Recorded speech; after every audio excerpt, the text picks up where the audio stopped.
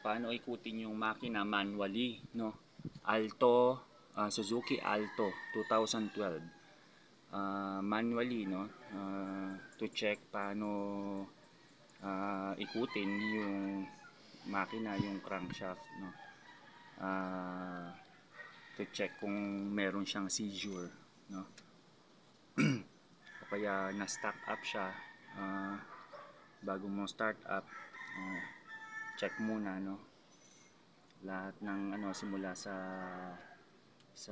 fuel delivery, sa electrical system, fuel delivery, tapos yung yung pag-ikot natin ng crankshaft, no? So sa Suzuki Alto, gamit natin is 17 size 17 na socket, no? Gumamit ng power handle. Okay, tapos dito sa yung crankshaft nya, sa may pulley, no, sa gitna yung bolt, no?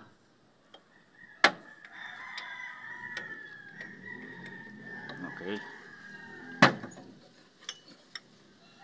kailangan tanggalin pala yung mga pulley, no, na mga nakakabit, no, para hindi stress masyado yung pag-ikot. So ganyan po, no, ganyan ang pag-ikot, no. Tatanggalin muna yung mga belt, yung mga ibang belt. Tapos pagka na-ensure na malambot siya pag-ikot, okay, gumagalaw na siya, pwede na gamitan ng ratchet, no.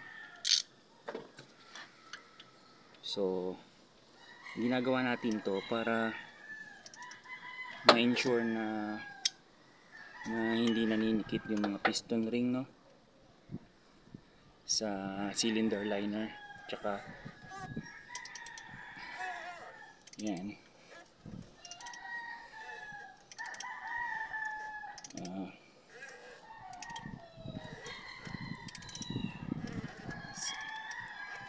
mga tatlong full rotation, pwede na yan, malambot na.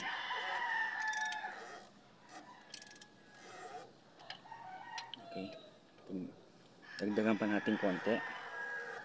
Okay,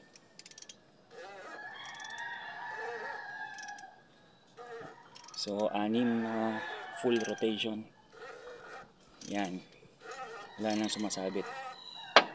Pwede na natin start mamaya, no, pagkabit ng mga belt. Yun